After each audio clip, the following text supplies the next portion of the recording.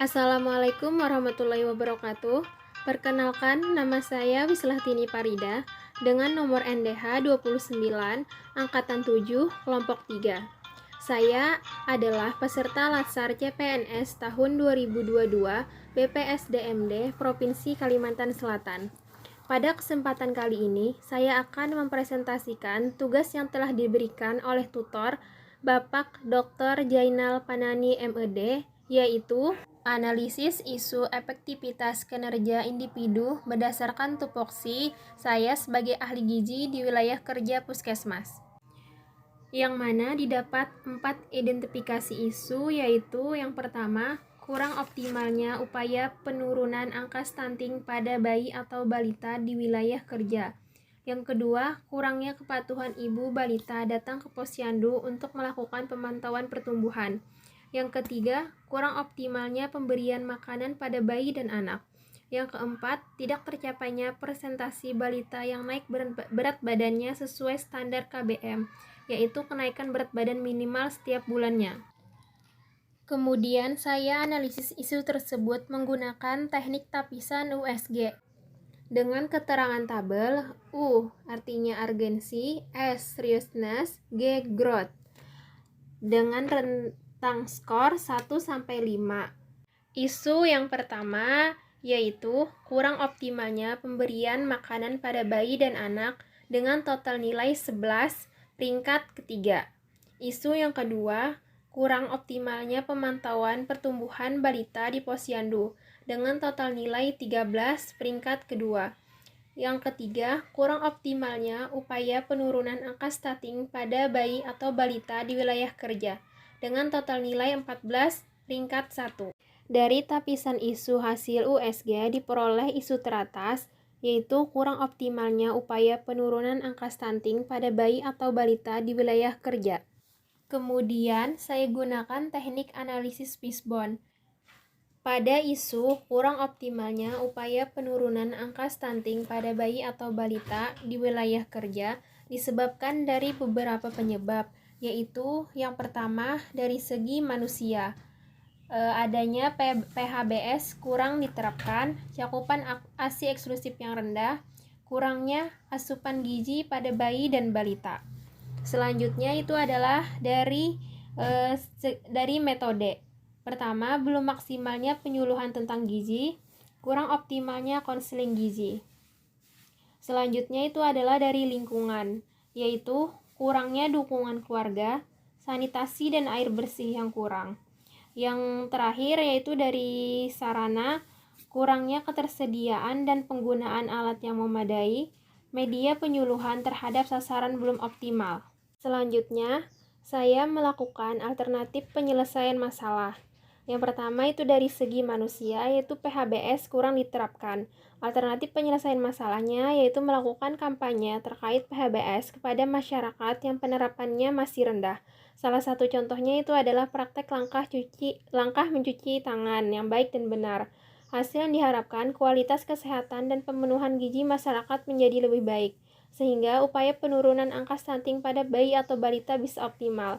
Pihak yang terkait yaitu puskesmas, pemerintah kecamatan, pemerintah desa, kader kesehatan, dan masyarakat. Yang kedua itu adalah kurangnya asupan gizi pada bayi dan balita.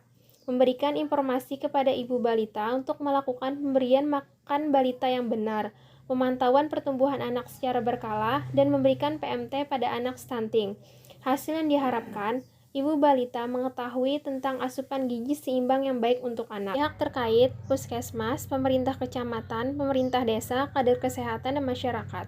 Yang ketiga yaitu cakupan ASI eksklusif yang rendah. Alternatif penyelesaian masalahnya, penyuluhan kesehatan di unit atau wilayah kerja untuk meningkatkan kesadaran ibu tentang manfaat ASI eksklusif dengan cara memberikan informasi terkait pentingnya ASI eksklusif 0-6 bulan. Hasil yang diharapkan, ibu hamil dan ibu menyusui mengetahui terkait pentingnya memberikan ASI eksklusif pada bayi 0-6 bulan untuk cegah stunting sejak dini.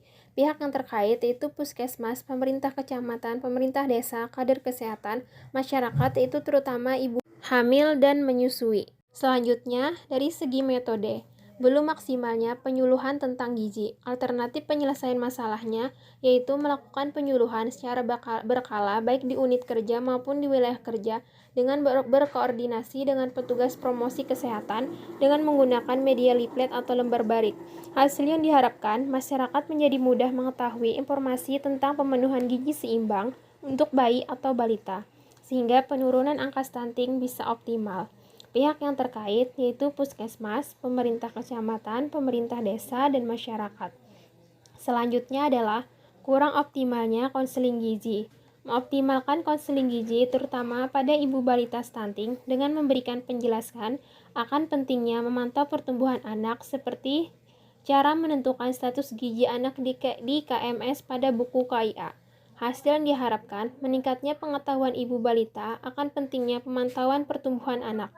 Pihak yang terkait yaitu puskesmas, pemerintah desa, kader kesehatan, dan masyarakat. Selanjutnya itu adalah dari segi lingkungan. Pertama yaitu masalahnya sanitasi dan air bersih yang kurang. Alternatif penyelesaian masalahnya memberikan informasi terkait cara penggunaan air bersih dan air bersih yang layak serta kebersihan diri dan lingkungan agar terhindar dari berbagai macam penyakit menular seperti diare. Hasil yang diharapkan meningkatnya pengetahuan masyarakat tentang air yang layak untuk digunakan serta cara menjaga kebersihan diri dan lingkungan. Pihak yang terkait yaitu puskesmas, pemerintah kecamatan, pemerintah desa, dan masyarakat. Selanjutnya adalah kurangnya dukungan keluarga. Edukasi dan motivasi orang tua yang sadar akan pentingnya cegah stunting anak dengan memberikan asupan gizi yang baik serta lingkungan yang layak. Orang tua bayi atau balita menjadi mudah mengetahui tentang pentingnya pencegahan stunting agar kuantitas dan kualitas SDM menjadi baik. Itu adalah hasil yang diharapkan. Pihak terkait yaitu puskesmas, pemerintah kecamatan, pemerintah desa, kesehatan, dan masyarakat. Yang terakhir yaitu dari segi sarana. Masalahnya yaitu media penyuluhan terhadap sasaran belum optimal. Alternatif penyelesaian masalahnya membuat modul mengenai gizi yang menarik dan mudah dimengerti, berisikan pengetahuan mengenai pemenuhan gizi seimbang. Hasil yang diharapkan meningkatnya pemahaman masyarakat mengenai pemenuhan gizi seimbang untuk bayi atau balita. Pihak terkait yaitu puskesmas dan kader kesehatan. Yang selanjutnya itu adalah kurangnya ketersediaan dan penggunaan alat yang memadai untuk pengukuran. Alternatif penyelesaian masalahnya, sosialisasi penggunaan alat yang tepat, serta selalu melakukan kalibrasi alat yang terdapat di unit atau wilayah kerja supaya pengukuran lebih akurat. Hasil yang diharapkan, pihak yang terkait menjadi lebih mengetahui tentang penggunaan alat ukur yang tepat dan akurat. Pihak yang terkait yaitu puskesmas, pemerintah kecamatan, pemerintah desa, dan kader kesehatan. Selanjutnya adalah analisis menggunakan SWOT. S itu artinya adalah strength, kekuatan, W, weakness, kelemahan, opportunities, peluang, threat, ancaman. Untuk strength atau kekuatan, yaitu masyarakat mengetahui pentingnya pemenuhan gizi seimbang dalam pemenuhan asupan sehari-hari, serta pola hidup bersih dan sehat agar penurunan angka stunting bisa optimal. Untuk weakness atau kelemahan, yaitu PHBS kurang diterapkan dalam melakukan kegiatan sehari-hari, kurangnya asupan gizi pada bayi dan balita, kurangnya ketersediaan dan penggunaan alat yang memadai dalam melakukan pengukuran, serta kurang optimalnya media penyuluhan gizi. Yang selanjutnya itu adalah untuk opportunities atau peluang, yaitu melakukan kegiatan kampanye terkait pentingnya PHBS kepada masyarakat. Contohnya seperti cara mencuci tangan yang benar agar terhindar dari penularan penyakit seperti diare, serta memberikan informasi mengenai porsi makan yang seimbang sesuai dengan anjuran isi piringku.